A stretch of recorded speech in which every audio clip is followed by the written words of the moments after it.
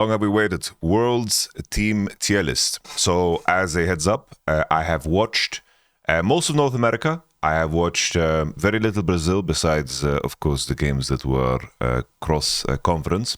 I've watched all of China, all of LEC, and all of LCK. And I have watched a bit of LCP in terms of the playoffs. So there might be some gaps in my knowledge, but I just offer that extension to you in terms of what I've seen and not seen. With that being said, I am going to give you guys ranges. So for each team that we present here, I'm going to give the best case scenario and the worst case scenario, because obviously everything varies.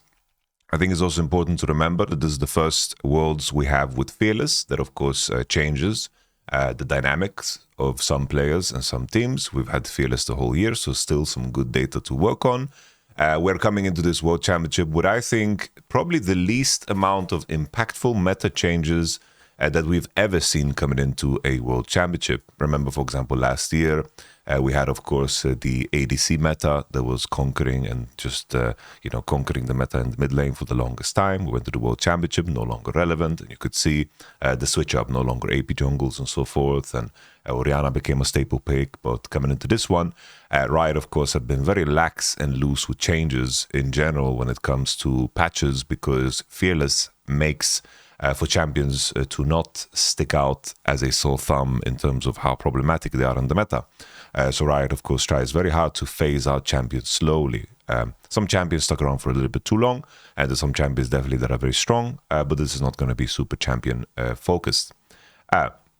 I am going to basically, a big thing that I'm going to point out is when I say the teams qualify, it basically means it's like, what is the bar and standard for how good you are mechanically? Basically, if a team is not, if a team is mechanically not good enough to beat a different team on an even playing field in a team fight, then I don't think that they are like qualified to beat. I think in terms of how good you are mechanically is what is going to, for example, extend how likely or how big of a chance you have to upset someone better than you. There's a metric, basically the way I would put it is the equivalent of, let's say, the car you're in is your mechanical skill, the driver is the macro.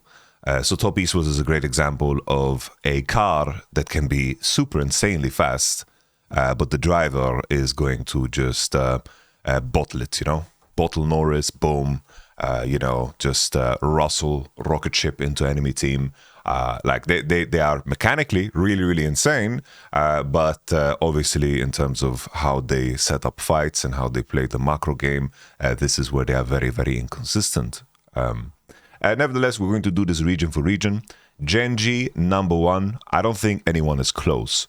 I wanted to do a bigger video about Gen.G in particular, but I think that in terms of Fearless, what it challenges teams to do is that they are required to master multiple styles.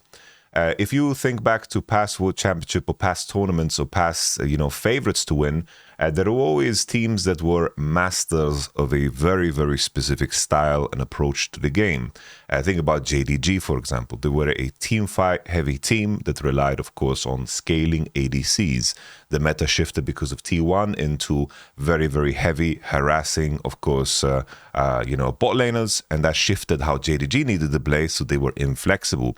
You think back to, for example, 2018, RNG. They were one MSI, one spring, one summer, came into the World Championship as a potential favorite, but as you all know, the meta shifted heavily towards, of course, very, very strong and OP solo laners. This was Akali, Irelia, Aatrox meta, and of course the Urgot that was so incredibly strong too. And I say this is because it's a natural progression for most teams to be very, very good at a specific thing and then just replicate that between games and between games. But that is very difficult to do as you go deeper into Fearless. And this brings me back to Gen.G. I think if Gen.G was not in Fearless, they would play these games where they suck out all the air out of the game. They would give up first Drake, second Drake. They would just farm more than everybody. And then on Drake 3, they would be like 1-2k gold ahead. They would not die to any ganks. And then they would just defeat you with like long range poke compositions. And they would just pretty much suck out all the air out of the game. this is what people refer to as something that is boring. But because it's Fearless, they occasionally play that, and they're capable of playing every other style too. They are capable of playing engage heavy. They're capable of playing carries in the bot lane. I think in terms of the champion pools that everyone on this team offers, there isn't necessarily like a flaw. This is by far the most complete team at this tournament. Because there's so many drafts that we've seen where everyone looks at that draft and you say, only Genji can get away with playing that. And that is what Genji is.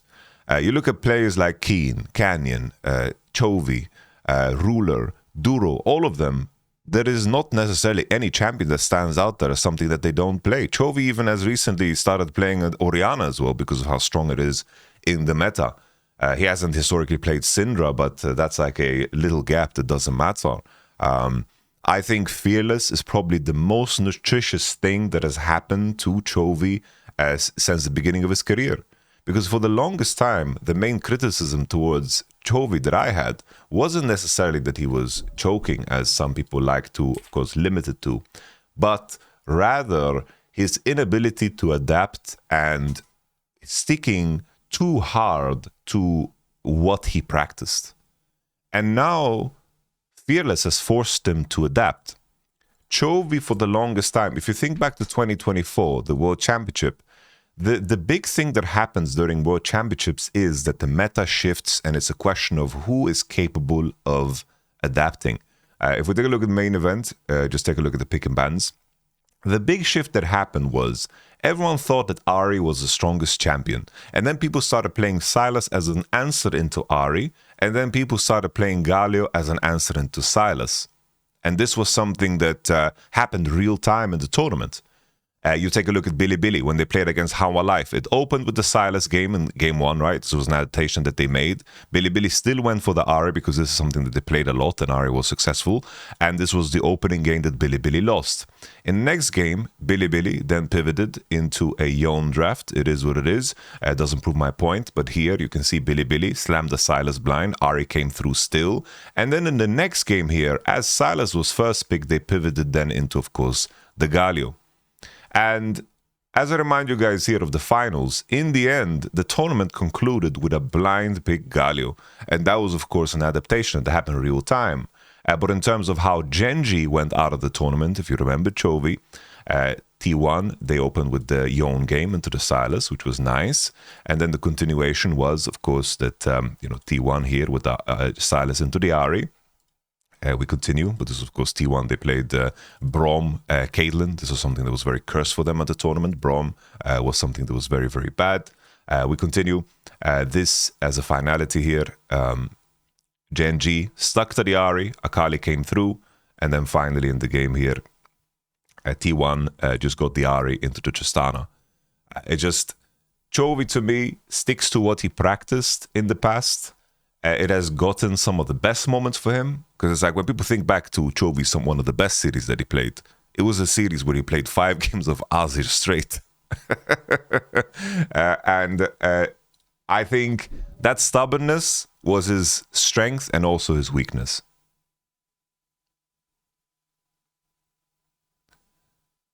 He just stuck to practice. And I think that was what held him back. At Worlds, you need to trust your gut when it comes to meta shifts. And I think that's why Knight and T1 just met in the, Knight and T1 and Bilibili met in the finals. And Genji, right now, Chovy's not that guy anymore. He plays a lot more loose. He's willing to take risks. He plays a lot of different champions. And I think if Genji don't win this World Championship, I think this would be a far bigger disappointment than anything else. Because I know that people, in terms of the Golden Road conversation, some people don't agree with me, but in the context of how strong they've been over the last 6 months, ever since MSI into EWC, and then, of course, spring into MSI and EWC, and then summer as well. If you just isolate how many games that has been and how dominant they've been, I don't think that Genji is on course right now, in my opinion, to be one of the best teams of all time, if not the best team of all time. And people are going to say, well, T1 have won Worlds so many times. The thing is, you compare it on a year-to-year basis. what's very, very impressive about T1 is that they stuck together for that long. Nobody else did. Nobody else did. T1 stuck together and kept their roster for that long. Nobody else did. Keep that in mind. The G2 era of dominance, 2019, 2020, that was 2 years. And that feels like so long. T1 was practically together for, of course, 4 years, which is insanely impressive. So we compare it on a year-to-year basis, because I don't know if Gen.G is going to stay together for the next one. But Gen.G, number one contender for me. The next one here for me, let's talk about the LCK teams. Hanwha Life. I haven't completely decided in which order I'm going to put these two, but let's talk about Hanwha Life first. I think a big deal for Hanwha Life. I guess I said I wanted to talk about the upside, the potential. So I think if everything works out in terms of what I mentioned for Gen.G, I do think that the meta shift shouldn't be big enough. My biggest concern in terms of what we've seen so far about Gen.G is that Canyon has had one of the worst playoffs in his career. Canyon was not that great. And we are coming into a world championship where I think that there's going to be teams that level up. And I think there's junglers out there that can really take advantage of an underperforming Canyon. And there's been periods where Canyon has underperformed and still he showed up big for international. So that might be fine.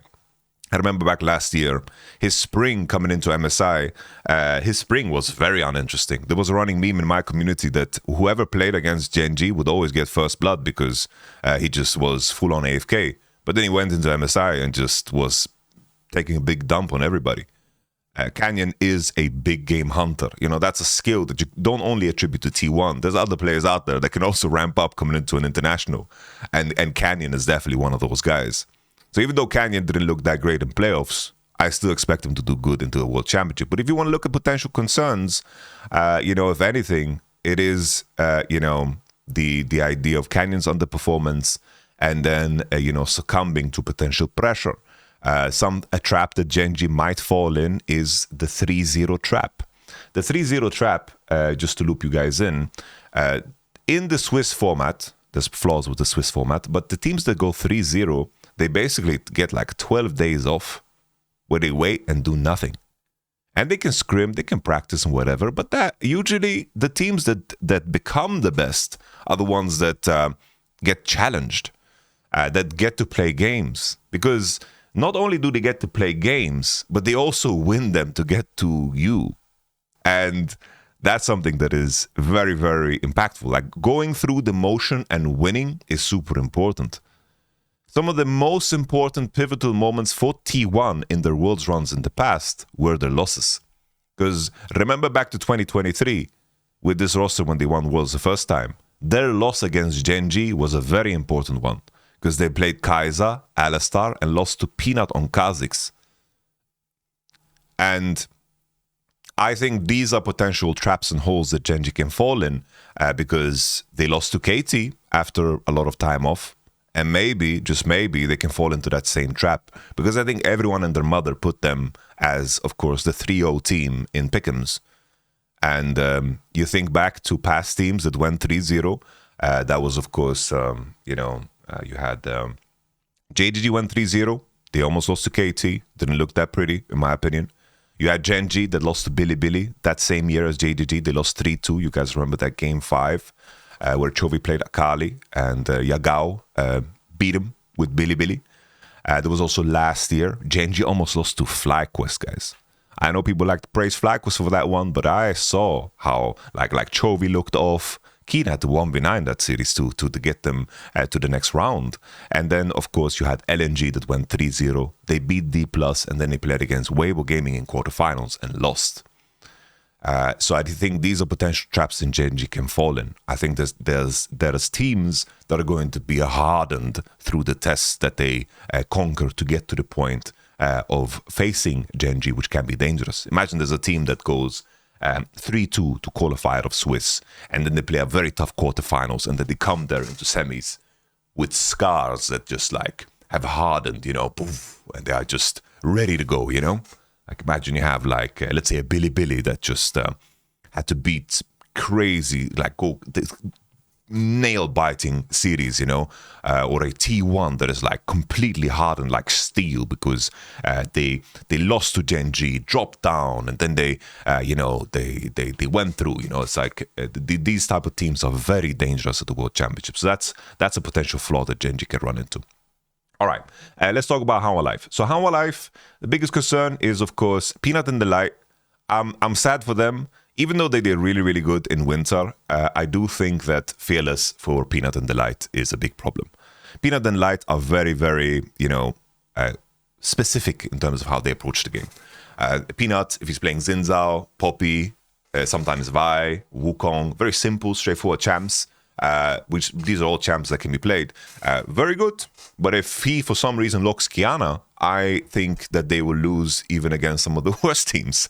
And in terms of Delight, it's the same way. I don't want to see Delight on ranged champions. I really, really don't want to see Delight on ranged champions. When he's playing Rel, Rakan, he's playing these engaged champions. Woo, he's one of the best in the world. But they are lacking flexibility in the jungle and support department. But I do think that Zeka has ramped up immensely. I think Zeka has improved a lot, and I think he was a big reason as to why they made finals. I do think that, Zeka played better and better, so he deserves props for that. And I do think that what makes Hanwha Life dangerous is the fact that Viper and Zeus can easily be the best at their position. And easily might sound harsh, but it's Viper and Zeus, guys. I think that the distance between Hanwha Life playing really, really good, I think the distance is not that far. I don't think it's that far. A lot of the teams around them come in flawed, and I do think that Hanwha Life as a team, in my opinion, I think they're going to be dangerous at the World Championship. I think probably from the tier list that I've looked into, I do feel like Hanwha Life is a team that is potentially underrated. I do think, the biggest upside for them, Hanwha Life, as a team, I do think that the biggest upside is the fact that the carries in the 3 positions are really, really insane. Like if this was a team that was, like at the beginning of the year, this looked like a GMing masterpiece. Fearless was the biggest flaw towards Delight and Peanut. But if they hit the ground running in series, they are very, very good at playing early games. I think in terms of how they connect with jungle and support when they have the right champions, still very, very damn dangerous. But the issue is that the lack of champions that they play means that they can be targeted, means that as Fearless goes on, if they are in game 4-5 of a Fearless, I don't know if I can trust them. But I think early on in the tournament, Hanwha Life is going to be very, very dangerous. And I do think that if they can, of course, expand on that pool and create enough room in other roles to, soak up bans, I do think that's very good. I do worry because I do think that Zeus has a playstyle that is so isolated. And I do think that the role of top lane is a lot more incorporated in the current metagame. So I do think that Zeus is basically a traveling salesman. He needs his freedom. He does a lot of great work on the road. If he's isolated 1v1, does great. But if he is incorporated in the game when he doesn't want to be incorporated, I do think that this is where Zeus is worse of a player than, for example, a Keen. But if he's playing in isolation and he gets to play, for example, Aatrox and get two items before he interacts the first time, then Zeus, in terms of his team fighting at Dragons, is going to be one of the best players in the world. And I do think that Viper has a wide range of champions he can play, but I do think that he's a little bit held back by the fact that Delight doesn't play all champions. So I do think that Hanwha Life have a lot of great upsides. I think if Delight and Peanut are playing, like let's say they open game and they have Wukong Rakan. I think Wukong Rakan and you fill in with good champions on every other role, I think they can, in that game alone, I think they can be the best team in the world. But everyone's aware of this. Everyone's aware of this. Their competitors are aware of this. They can challenge this. And I think this is going to be the biggest flaw for, of course, HLE. T1. So T1 as a team, obviously, judging by their summer performance, Like if we're judging them by the summer performance, they're gonna end up here, right? Like in the top 8, their summer performance wasn't that impressive. I think the 2 players that stand out as underperformers is Faker, Gumuyushi as well. But they made it through. They managed to qualify.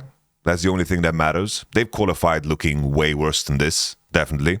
I was disappointed by the summer playoffs, but only because I got excited by their early summer season, where they beat Gen G and looked really, really good, right?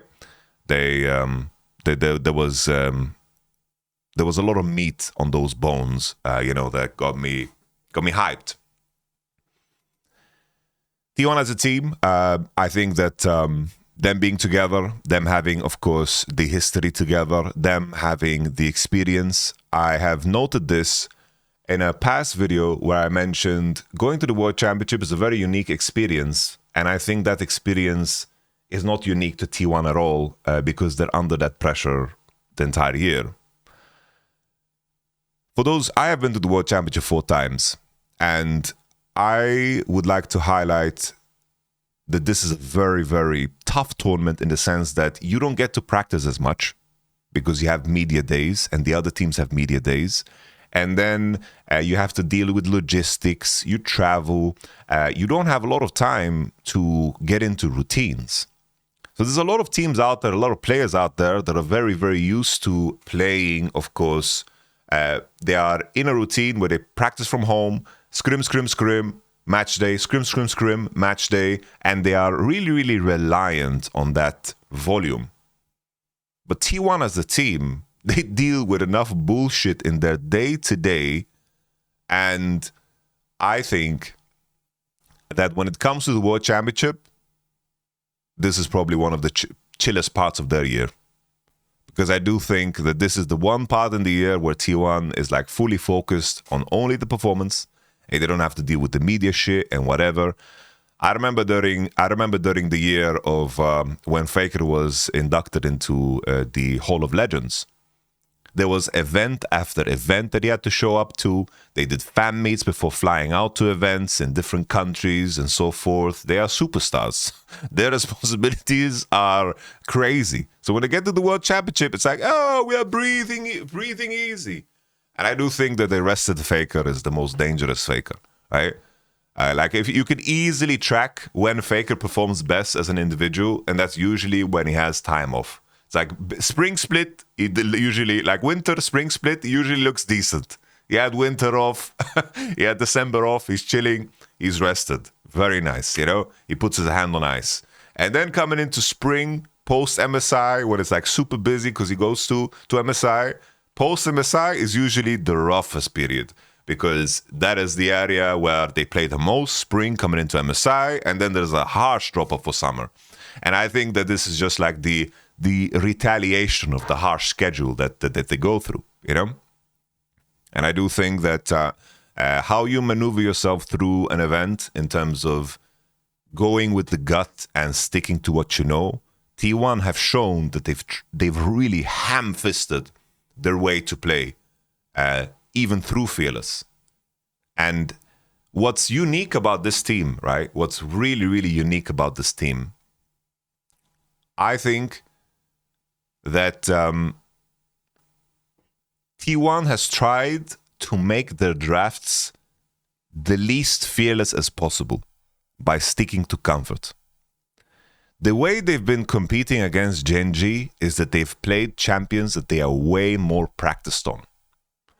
People like to point out, I have done the same, because there is a lot of work to be done, even though I'm going to make this point. We love to complain about T1's drafting. And to some degree, there's a lot of fucking great points that you can point to and say, yo, this is terrible. What is T1 thinking? This is not even good for their players. 100%. But in a lot of cases, though, when they go into deep series, they're just sticking to comfort no matter what. Because that's the only way they have an advantage against potentially the best players in the world, right? In Gen G. And that has been their approach, right? That has been their approach. Which to me signifies a great understanding of yourself. And as you go through a championship like this, your understanding of yourself is crucial.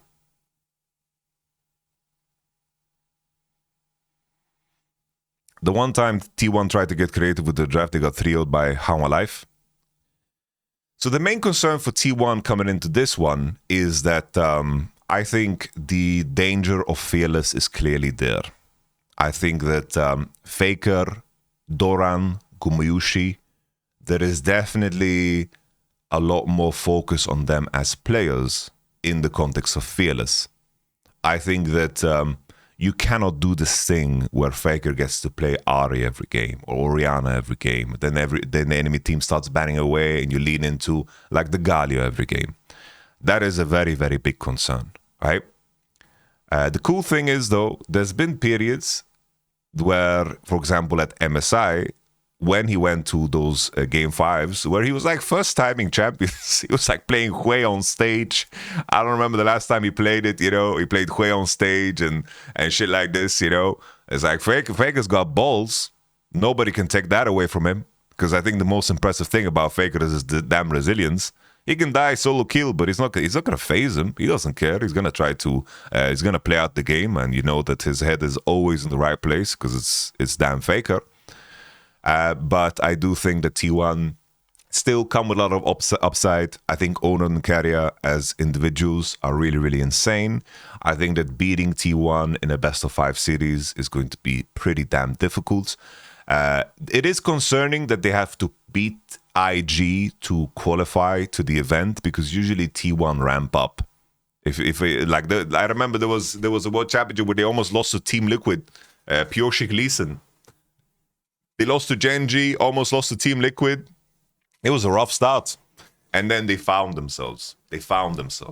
And the downside is for T1 is if they don't manage to find themselves and they are in a situation where they go deeper into game 4-5, I do think in game 4-5, that is really where you get to see the flaw of someone like Faker in terms of his champion pool, Gumayushi in terms of his champion pool. But T1 is very, very creative at shoring up that. Caitlyn is a champion that has gotten buffed. Varus is pretty weak on the patch. They can figure out ways to implement it. My main pain point about T1 that I've seen is that they seem to be almost unaware of themselves when it comes to, of course, Gumayushi. I think they can just give him a bigger priority in the draft 1, 2, 3, and that's it. You know, I think they can give themselves a bigger priority. Like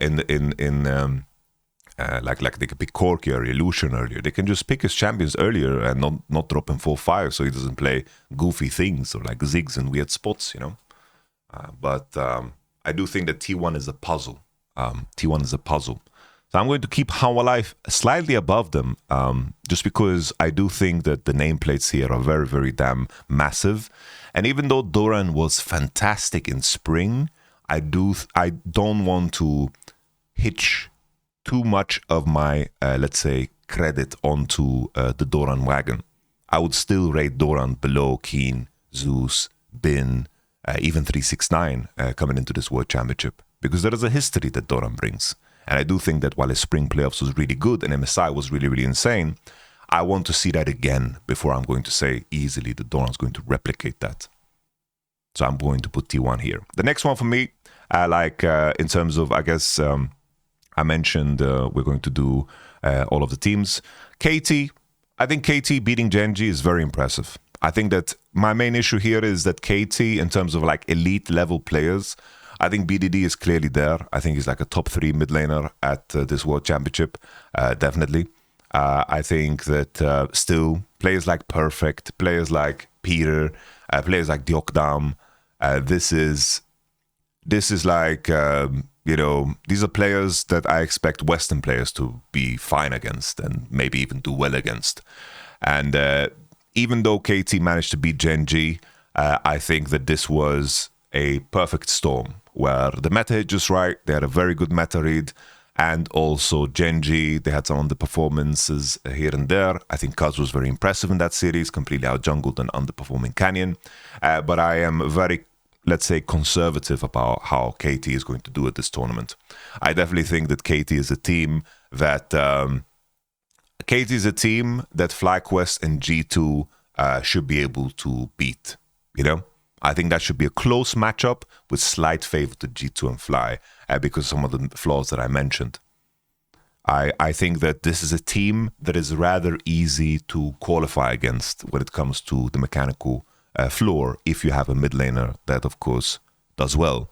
And in context of G2, they have Caps, so I trust Caps. Quad might be able to get out-muscled by a BDD and a Cuz, but I do think that KT is a little bit one-dimensional for me to get super excited about them. The potential upside for a KT is that they break into top 4 and, you know, the peak, the perfect, and the Okdam, and like Dokdam, and of course, you know, Peter showed in that Genji series. I do think that KT as a team could break through, but they've only shown that ceiling once in their entire career of play, and it's very hard for me to forget the rest of their career of play. I think T1 is a bit overrated in its current form. I've seen T1 in even worse form manage to find structure again, and I do think that T1 with a very healthy break are going to be able to do just fine. That's why I put them here. But okay, these are the LCK teams. Let's talk about the Chinese teams. So the first one I want to talk about for me is the summer winner, BOG. I think when it comes to a team that is very strong in game 4-5 fearless, I think Bilibili is one of them. I think that the biggest weapon that Bilibili have is their solo laners. Of course, Bin didn't have the greatest year, but I think that he finished strong. And Bin has a vast history of performing really, really well at internationals. I am not worried about Bin's performance coming into this tournament. I really, really don't think that I don't think it's going to be a problem. I think that Bin takes a lot of time to learn champions and to add champions, and he invested the whole year into getting his Rumble there, getting his Ambassador. These are champions that I hated when he picked, because he was ass at them. But he invests time. He did the same last year with Kisanta. I was like, why are you playing Kisanta? Like, you ass. And now when he locks in Kisanta, I'm like, woo! You know, he's a beast on it. And now Bin is like a very complete player. I guess his Ornn is pretty damn mean. He has a very good highlight reel on Sion. And I think that Knight is potentially the second best player at this tournament. I think that the Bilibili solo laners are fantastic. Bin Rumble only burns Forest. That used to be the case. It's no longer the case. It really, really isn't a lot. Check his last 3 Rumble games, and it isn't Forest Fires, you know? I watch those ults like a hawk, you know? I really do. And his last 3 Rumble games, he starts to step up, you know? He starts to step up. I think the strength of Bilibili is the fact that their pool here is very deep in, of course, their solo lanes. The jungle situation is very strange. I think that they use... So basically, for those who don't know, they have Beishuan and Shadow. Shadow is better at the standard junglers, meaning the ones that I attributed to of course, Peanut, for example. I think that he's good on the likes of Poppy, Xin Zhao. He's good at maybe a Wukong. You know, very, very standard junglers that you always see in the meta. Beishuan would be better at, for example, let's say Brand is good because you got 2 buffs. Let's say Zyra comes through, that we saw Wei, for example, play. Or let's say, for some reason, Lilia is strong. Kiana, like Beishuan, would be more of a carry jungler. And still, even though Shadow had a pretty damn solid, you know, playoffs in the end, I still have worries about their whole jungle situation. I don't feel comfortable about this jungle situation. I really don't. And Elk and On has had good moments and bad moments. I think that when it comes to playing engages, I think that On is basically how people see like Mickey, for example. I do think that engage-wise, if he is playing the setup, he's very good. In terms of lane phases, for range support, he's insanely good. And I think that Elk and On as laners are insanely massive, which I think is a very important point. In terms of laning, Bilibili's bot lane is really damn dangerous. I think the main thing that LPL teams have, if anything, is the fact that I think that they have their teams have some of the best early games in the world. I mentioned the analogy of, the driver and the car. The issue with a lot of the LPL teams is the fact that in terms of their driving, their macro sense, it's like understanding when to fight, understanding when to trade, understanding, how to pressure with numbers and still not being in the fight, understanding farm distribution and understanding when it is time to strike, when it's time to, of course, set a situation where, you basically need to suck out the air out of the game. This is something that Genji is very good at, for example. This is something that How Alive is also aware of. This is something that even the European teams are aware of, or Flacos is aware of. Bilibili is the team that added this the most in playoffs. And Ale was very, very good at this in spring, which of course made them the winner in the end. But in terms of early games, the Chinese teams are really, really, really damn dangerous. Insanely dangerous. Bilibili is the type of team that will eat your face off through lane phase. They will eat your face off.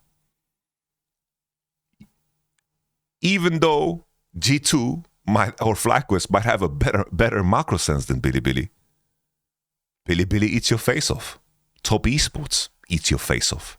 In terms of how they leverage prio to get jungle pressure.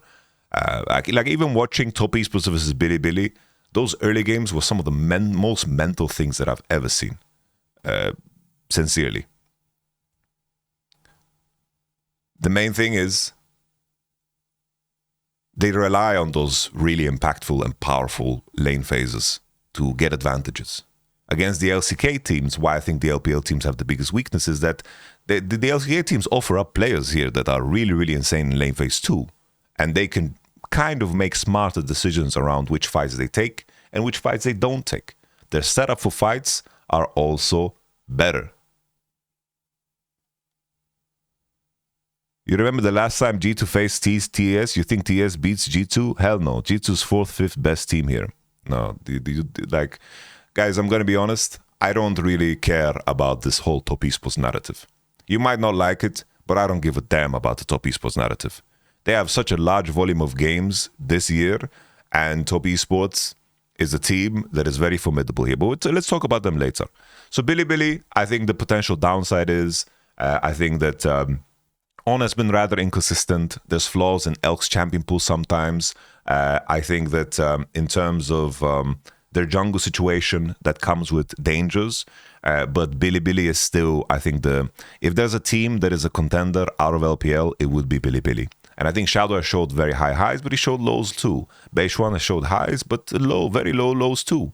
I think their solo lane is their strongest point, and I do think that Bilibili, if they can enact their early games and they can, get the ball rolling and connect tonight, I think that Bilibili is a team that is very dangerous, that can take the games off of the best.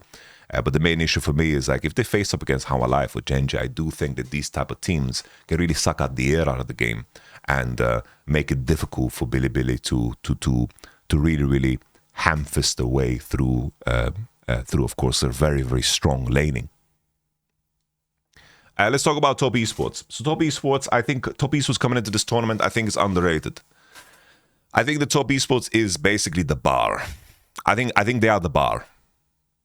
For me, Top Esports is the fifth best team coming into this tournament.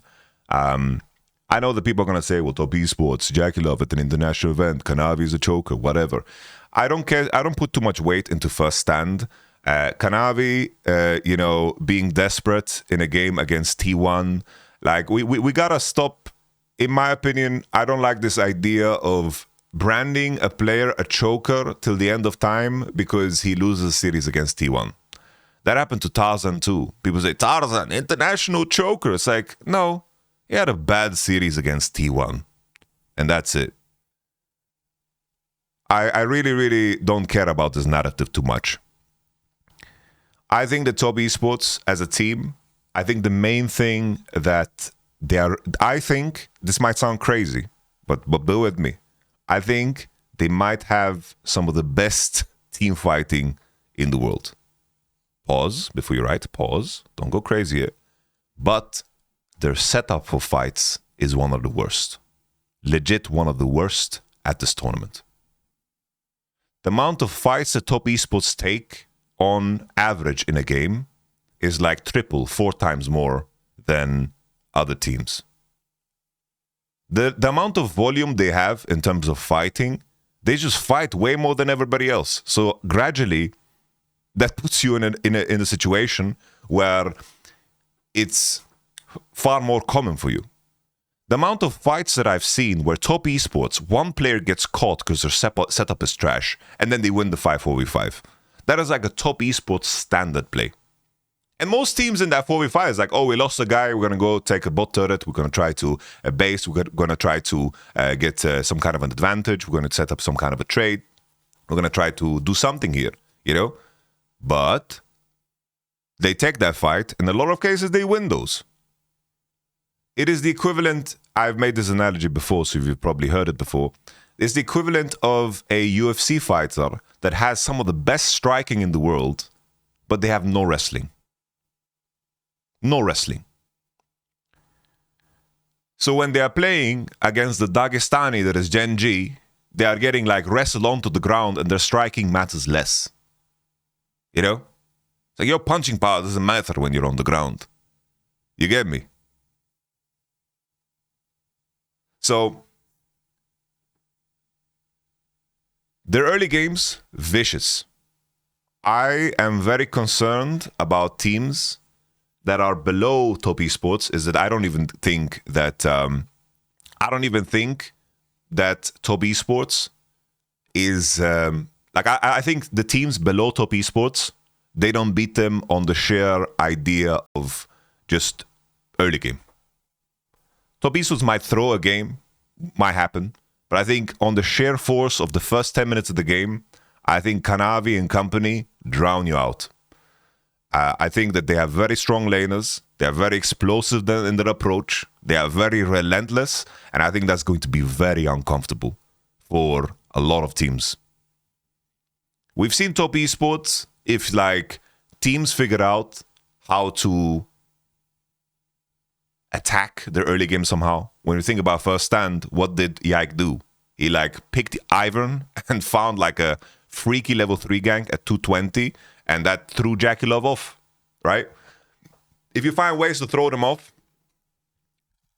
there's definitely ways to attack them. I understand the risk of a top esports because the thing is, people call them chokers, but the thing is, they've been the same the entire year. They've dropped series against, like, for example, IG, and then the next series, they have stomped the shit out of the team that you think that the enemy team that you think they're gonna lose against, right? There is no harmony in terms of how their performances. And I do think, of course, if I think about the potential downside, there is definitely a world where top esports fall on their face. But I do think that top esports as a team, watching them the entire year, they are insanely powerful in the early game, and their team fighting is really damn vicious. And I do think that they can beat the majority of the teams below them. You know, the weird thing is, as I mentioned, the next team here, I do think that AL has a higher upside in terms of beating the teams above them, because the relationship between the Chinese teams, in my opinion, is AL matches up against Bilibili super well. Bilibili matches up against top esports super well, but top esports matches up against AL super well. And the reason is, top esports have Kanavi, so Tarzan can't pressure and win the map as hard as he does. AL, the way they play with jungle, is uncomfortable Bilibili. But Bilibili have enough lane strength and, of course, macro play to drag out the game against top esports. So while AL, I think they would lose against top esports, I think that they have a higher upside against some of the top-end teams. Because I do think that AL is the most Korean out of the teams that are here when they are playing well. And that is the nuanced take here, is that AL current form hasn't been that great ever since Spring Finals and MSI. They were very, very competitive there. And I do think that AL has the most standard level of play. But the main thing that stands out to me is that Flandre no longer has a creative edge, which is a big problem. Flandre was always weaker than Bin, Keen, and Zeus, and all these top laners. Always weaker. But his creative edge kept him at an advantage. He was the first one to play tank Jace, first one to bring out Yorick, first one to make Sion, like a blind pick. Like, he was always ahead of the curve. But now, everything has been standardized. He has no big advantage. Kael is the one, in my opinion, that is underperforming the most on this team. He no longer has that fluid approach, and of course, he doesn't have that level of precision in terms of being in tune with Tarzan's gameplay. Sometimes that happens, sometimes it doesn't happen, but I do think it was a big reason why they were so successful in Spring. And additionally, I don't think Shanks is performing as good as he has. Right? Shanks, during MSI, you could argue that he was the best performing mid laner at MSI. Easily. I think the Shanks series against Chovy was insane. I think he played better than Faker. He smoked Honkyu. I do think that, Shanks was very, very good, but he's not the same player right now. I think he's better than Cream, but I don't think that I can consciously put Shanks above, the LCK mid laners right now, Maybe if you want to talk about Faker's summer performance, of course, yeah, I'll put Shanks above him, but I'm not going to put Shanks above Zeka, BDD, Chovy. And AL's upside, of course, is that they've shown very high peaks, but also they've shown some stagnation. And there is no indication that that shouldn't continue coming into, of course, the World Championship. So I'm going to put AL right here. And I do think that AL has a higher upside in beating the top 4 here that we placed. But I do think the top esports beats AL. Like, they are basically the bar, They are basically, you need to be this tall to ride. That's what top esports is, in my opinion. I think that Cream has played better in summer than Shanks.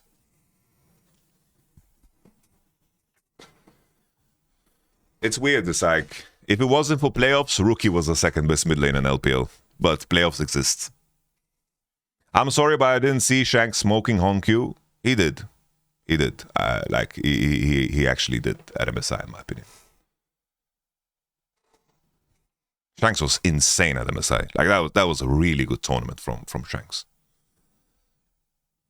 All right. So we have one more LPL team. I think IG just slots in here, but they are at the far right end.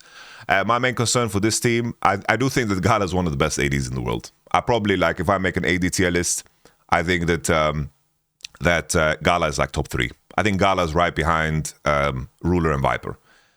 Gala is absolutely nuts. He is quite, I think, I love Rookie, but Rookie wasn't good in playoffs. Rookie's my favorite player, but he just wasn't good in playoffs. What I love about Rookie is the fact that he has never changed. He has never changed. They straight up, straight up,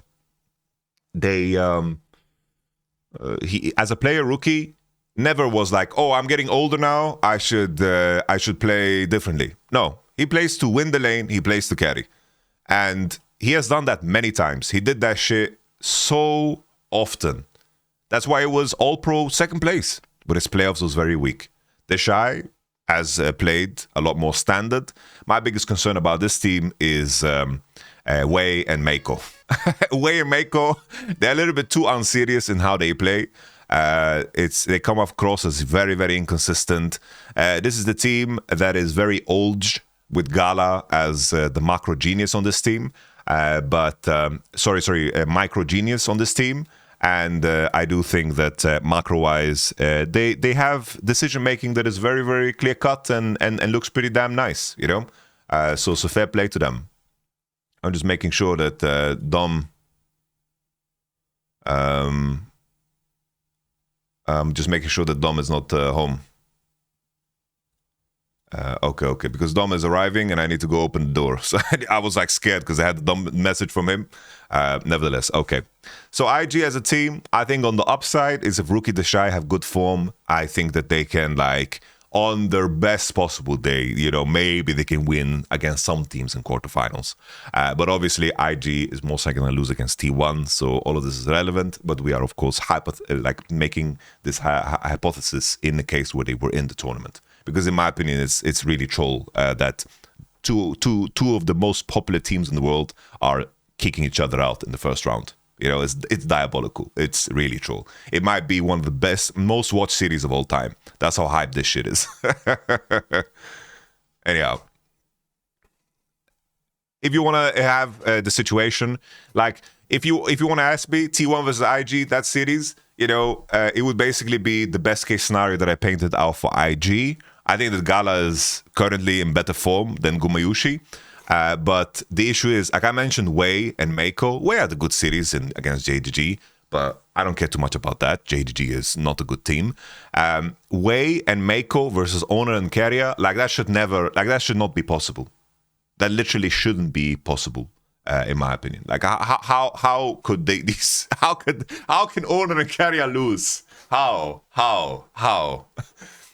Like Gumayushi and Faker would have to have such bad series, Doran even, for this to not work. And that's it, you know? And that's it. They play on the 14th, but I favor T1 to, of course, win that. So that's the LPL. Let's talk about G2 and LEC and how they slot in. So Fnatic and MKOI, I'm going to already put them in here. I would be very, very surprised. Obviously, this is not Koi, this is Casey. I would be very surprised if they make it through. Keep in mind Swiss. Swiss, anything can happen. Swiss, anything can happen. I wish, like, best case scenario would be if you merge MKOI and Fnatic together. You know? I think MKOI have more international macro than Fnatic. I think Fnatic's early game is a type of early game that can get you leads against some of the Korean teams. But the issue with Fnatic is that Oscarinin can only play one good series a year, and that's already happened. So Oscarinin already against any of the top laners here, even Midwin, is just... that's like basically the equivalent of what Los Rotones is going through with Baus right now. Sorry, Baus, but you're just a part of enemy jungle full clear. Maybe today I'm cheering for you. If that's not going to be the case, you're going to win EME Masters. I'm just saying the truth. I'm sorry. I don't know why Baus is catching strays here, but Oscarinin Oscarinin is a problem. I think Fnatic's biggest strength is, of course, their early game. Mickey and Upset are very strong laners, and I think that they can do some damage. You know, they can do some damage to some bot lanes, but I don't think that's enough for them to, you know, to win games consistently and get out of Swiss. But maybe if they're lucky, you know. I just don't think that their consistency and their macro is good enough for me to have faith in them. MKOI, I think MKOI is just at the cusp.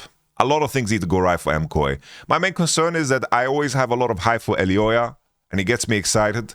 But when it comes to the international events, he has just disappointed me time and time again. For MKOI to make it into top 8, Elioya needs to have a great tournament. Supa needs to showcase some of that peak level performance too. Giorgio Pugh needs to find consistency, because all of these players have very, very high highs, but I don't think that it shows up often enough for me to give it credibility. Now for what everyone's waiting for in terms of Europe, G2. G2 as a team, my main concern for G2, let's start there, is that I think that their early game is very frail. I don't think of G2 as...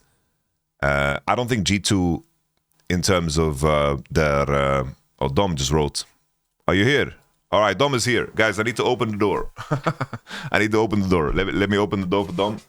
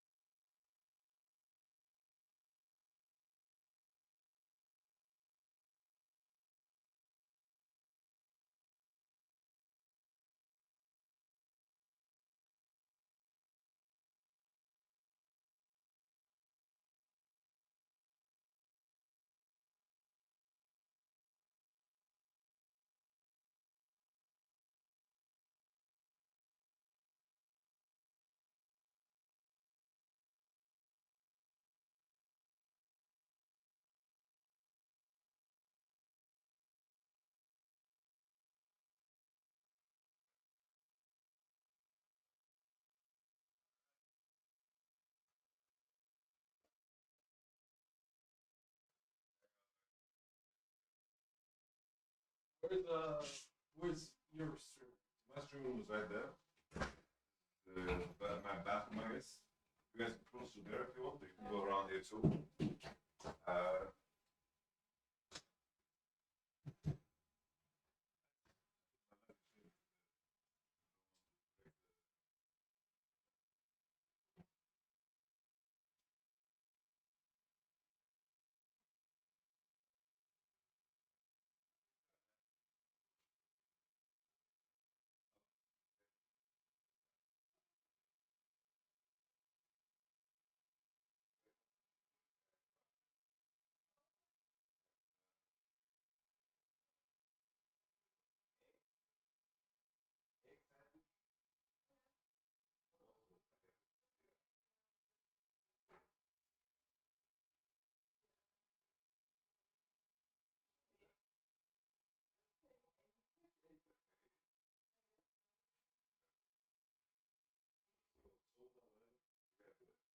If you need anything, just grab me or knock on my door. All right. Battle cruiser operational. I wanna shout out that share. All right, sorry, bros.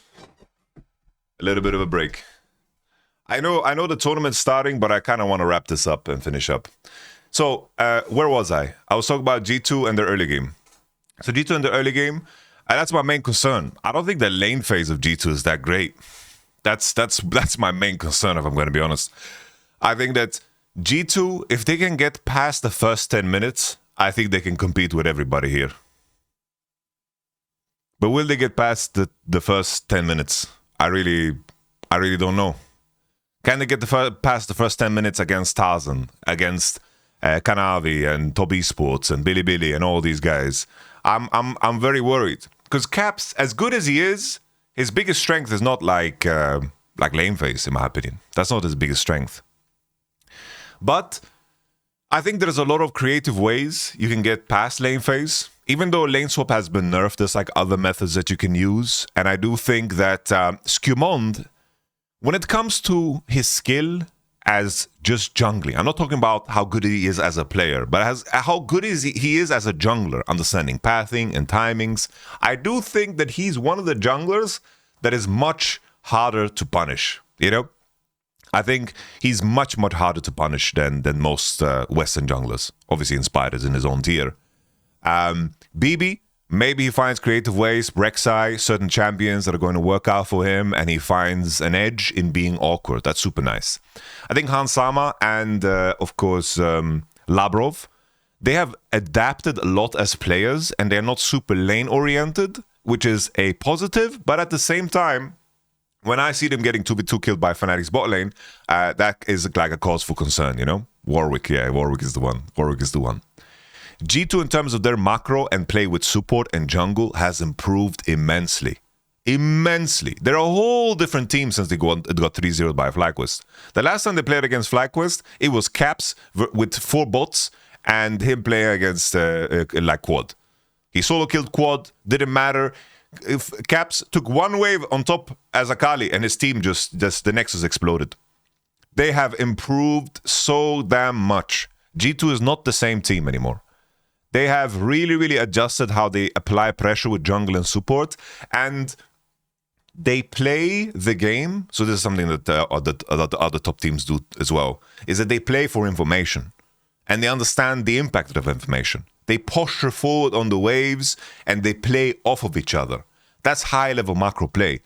Knowing the limit of your champion and the enemy champion and keeping track of the tempo and the timers of when the enemy base and when the enemy walk, when they last time showed. Because imagine it's like, oh, the enemy support showed on top and then he went to do Fog of War. I have 16 seconds before he is in ramp. I can put wards here and then I can move out. If he base an open bot, he can be there in 30 seconds. And keeping track of these timers is something that G2 does so much better now. Because they actually have supports and junglers that actually play the game. And by extension, I do think that BB and Caps, in terms of how they side lane, keep in mind, in terms of how they side lane, is borderline like Genji level. I'm only saying side laning. I'm not saying they're as good as Keen and Chovy. Keen and Chovy are like, Keen Chovy Canyon is like the best top side of all time. Don't get me wrong. I'm just saying in terms of side laning and managing waves and getting farm, I think they do this super well. but they need to qualify. They need to qualify. And I think that G2, I would place them right here. I would place them right here. I think that G2 can do this against KT. They can do this against IG. I think that they can qualify. Another big bonus, guys, for Western teams, CFO, FlyQuest. No, CFO is not a Western team, but Western teams and CFO is the fact that there's only 7 LPL LCK teams. There's a big chance this year we're going to have FlyQuest and G2 in top 8. Very high chance, guys. It isn't like 4 LPL, 4 LCK. Good luck. There's none of that. It's just like we can have a lucky Swiss draw, and even an unlucky Swiss draw can make it. You know, even that so. Even that so. What is this? Intermission. It'd be best if it happened before. Me praising Western teams before they underperformed didn't happen again. I generally think Western teams are at their strongest this year. Yeah. Well, we are flying G2. I don't think it's crazy to say. We are flying G2.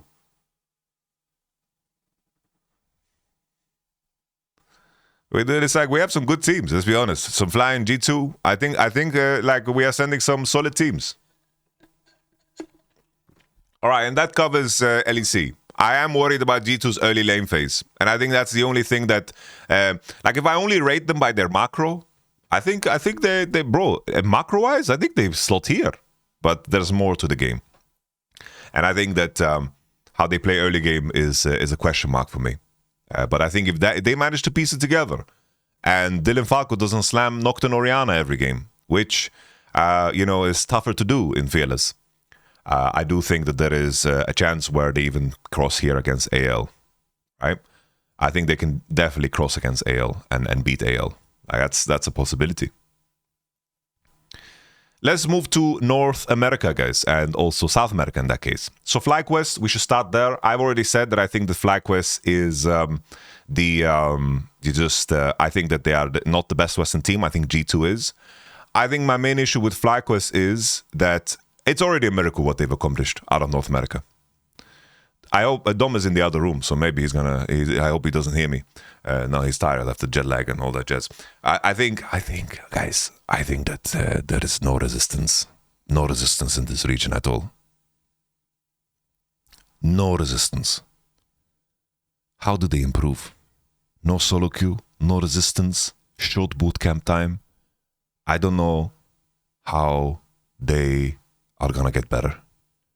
And I think a big problem for me when it comes to FlyQuest is that I compare them to which team they were last year.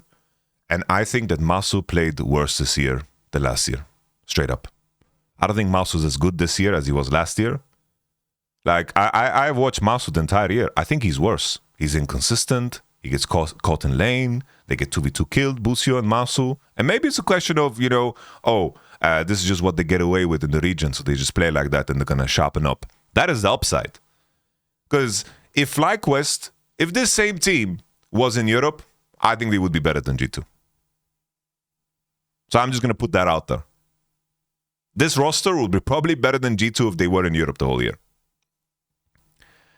I think that Busio and Masu lane phase, very inconsistent. They get 2v2 killed by bot lanes you've never heard of. But they win games anyway because Busio moves very, very smart on the map. Inspired and Busio, that's a very, very lethal duo. That is basically like Tarzan and Kael, that jungle support duo synergy in terms of setting up carry junglers. That's basically the FlyQuest equivalent of that when AL was at their best, But another concern of mine is that Quad as a player doesn't excite me. I look at Quad against the pool of mid laners here. Like, if I just compare Quad to BDD, to Rookie, to Caps, to Shanks, to Cream, to Knight, Faker, Zeka, Chovy, I think Quad is a problem. Quad is a problem, in my opinion. And I think that Whippo is a player that is very dynamic and creative. And I think that Whippo always shows up big on the stages because he doesn't have nameplate fear. I think that when it comes to, international performances, I think Whippo has a pretty solid history. I think that that's really, really good for them. Inspired and Busio, mid to late game, is their big plus. And I think the FlyQuest macro is also like really, really high level. But I just have some concerns. I think there's some gaps here in individual play that I think will be a very, very big detriment to them. That's why I think I'm gonna put G2 above. I think Caps actually has a team now. I think actually Caps has a team, and it makes the matchup in the head-to-head a lot different because Labrov actually moves on the map. Skewmond is active on the map, and that helps BB play the game. And BB and Whip are pretty much the same player, let's be honest. They're pretty much the same player in terms of what kind of an archetype they are, right? But I think that FlyQuest, I think the concern of the region is what makes me a little bit more nervous about them. So I'm going to place FlyQuest here. The biggest upside, right, is that they actually button up, and Maso has some of those performances we saw against Genji last year at this tournament. And Quad, I think Quad, the biggest problem is the biggest problem with Quad, in my opinion, is I think he's just kind of a mage Andy, you know. He's just a mage Andy. He's a good Orianna. But then it's like, what can he? Is he good on Galio? No. Is he good on Annie? No. Is good. Put him on mages, Hui, whatever. He's gonna look good. He's a mage Andy, but that's not good enough. I think in Fearless, it's not enough. It's not enough. Don't pick him Zillion. No, don't pick him Zillion. Don't pick him Zillion. No. But that's my thesis on FlyQuest. I can definitely see the upside. I think Inspire is the best Western player. I understand it. Not gonna lie, Amalo, this top 8 is getting a bit big. If top 8 teams being quarterfinals, Matthias shows some should be lower. It's Swiss format, brother. It's still in order. Keep in mind, it's still in order. It's 1, 2, 3, 4, 5, 6, 7, 8, 9, 10. It's still in order. It's still in order. And it's a Swiss format. Like, so keep that in mind when you say this. CFO? So CFO is an interesting one. CFO is tough for me to rate. Because I do think that Dogo as an ADC is better than like everybody leading up to here. Because I don't think that Hope has been super hot lately. I think Junjia is a player that is really, really insane. I put him just below Inspired on my tier list. I have an issue with Kai Wing. I don't think that Kai Wing is super good. I do think that on some champions he can be when it comes to like him having agency. I do think that he can play the classic supports good. But I do think that his champion pool kind of runs out of steam eventually. You end up on game 5s and you just pick Yumi, you know, shit like this. But Honkyu is a machine. Like Honkyu is really damn good. Really, really, really, really damn good. Honkyu is crazy good. I have a deep respect for Honkyu. So with that being said, we have Honkyu, Junjia, Dogo, really, really good elite level players. Driver on some champions can be good. Support, I'm not super hyped about. CFO, I think that they have very good fight selection. I think looking at the region that the LCP is, from everything that I'm watching, I feel like CFO is in a very similar situation to Fly, but with a big advantage that they can scrim against Chinese teams, Korean teams. They have access to, of course, Korean ladder. So this is very, very different. I think Kaiwing, very good on engage support, as I mentioned, but Fearless tends to push you. It tends to push you.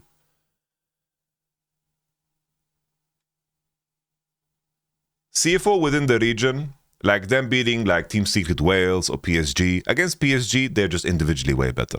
Against Team Secret Wales is just a team that is very, very explosive mechanically. And when you kind of suck the air out of the game and force it into a decision-making game, a setup game, this is how CFO just beats them. They just beat them macro-wise. And CFO, they qualify on many, many planes and many, many fields. But in my mind, still, oof. I'm going to put CFO here behind the FlyQuest, KT, and G2 crowd. I do think that the upside, in my opinion, is As strange as it sounds, the biggest upside for me with CFO is Kaiwing on the right champions and Dogo.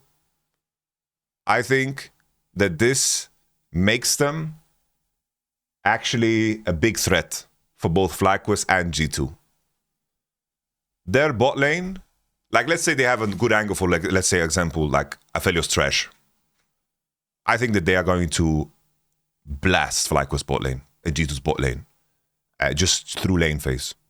And then a player like Junjia against Skimond or like against Inspired, like he's going to do good. There's not going to be a jungle problem here. Never with Junjia. Never. And Honkyu is a very, very dynamic player. I do think that that is like the upside for CFO. But I do think that as a series proceeds, I do think that the in-between is where I feel like there is too little action for CFO. The in-between. I think they are sometimes a little bit too comfortable with doing nothing. And I don't think that's what the metagame is. And maybe that's the context of the region. Maybe that's the context of the region, but that's where I land at least. I think you can easily make the argument to put CFO above G2, FlyQuest. I think that these teams are very, very evenly ranked. Like if someone told me, Yamato, make an argument for why CFO should be the best team out of these teams, I can easily make it, as I just did with the bot lane. Why FlyQuest should be, why G2 should be. I think that this is basically, you know, like a box of chocolates. Just pick, you know.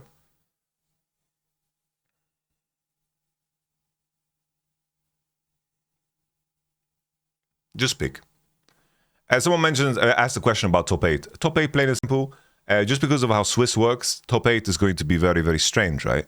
And I think these are teams that can make it into top 8 with a good draw, with a decent draw, with a fine draw. There's a chance that some of these teams are going to get screwed completely in the draw, and I don't think that represents an accurate placement at the tournament. That's why the top 8 is very unique here, right? If it was like a very, very fair tournament that had, let's say, an endless amount of games, then maybe, then plain and simple, the cutoff point is what I've marked. Because this is in order, right? That's 1, 2, 3, 4, 5, 6, 7, 8 for me, right? That's basically my setup. Next one in line, 100 Thieves. I don't think they offer too much. This is basically the Quid and River show. I think these guys are just not playing the same level of league. I think Vivo Keatstars, I think, are in the same bracket. Maybe I can put them above. I think that PS, like we can finish up with the other teams as well in regards to the region. I think PSG as a team, I think that Betty is exciting as a player, but not Dogo level exciting. I think Castle looks better than what I expected, but PSG is basically budget IG. This is budget IG. This is basically, you know, the homies have come together to make a roster again, you know. But this is Ozzy. You have Ozzy, you know, as basically the shy, and you have Maple as basically rookie, and then you have Casa. That's basically, you know, it doesn't make sense with Way, but you know what I'm trying to say here, you know. It's they won because of experience, and they got to this event because of experience. And there you have it. Team Secret Whales, honestly, mechanically they're interesting. To me, they're very similar to Gum. Like they're just explosive, mechanically interesting. I think that if their head is in the right place, they can upset like a Fnatic. But I would put them right here, you know. And this would be my tier list. This would be my tier list. The order matters. The order matters. Maybe we put PSG like that. The order matters. I'm happy here. I think I can easily make arguments for some shifts here in the top 8. I think that CFO can easily move up. AL is a team that can definitely fall apart. I have, of course, given reasonings for a best case scenario, a worst case scenario. I just kind of spewed my thoughts out there. But we will see. G2, maybe I'm coping. Honestly, maybe I'm coping. Like that early lane phase is very dangerous, guys. Early lane phase is very dangerous. I think that could be a big problem for G2. There's a case where they just got slammed, but the thing is, I have confidence in G2. Like, the ramp up has been great, and the level of Labrov and Scumond is fantastic. And I think that HLE, I think people are sleeping on HLE. I really think HLE is going to be massive this tournament. I really think so. And I think putting T1 third, considering the summer form and the concerns of Fearless, I think is very fair. But obviously they have, what I mentioned about Worlds, I have made it tangible. Instead of saying, ooh, World Championship, I've tried to make it tangible what their strength is, So we will see. That's it for me. Let's watch ASI.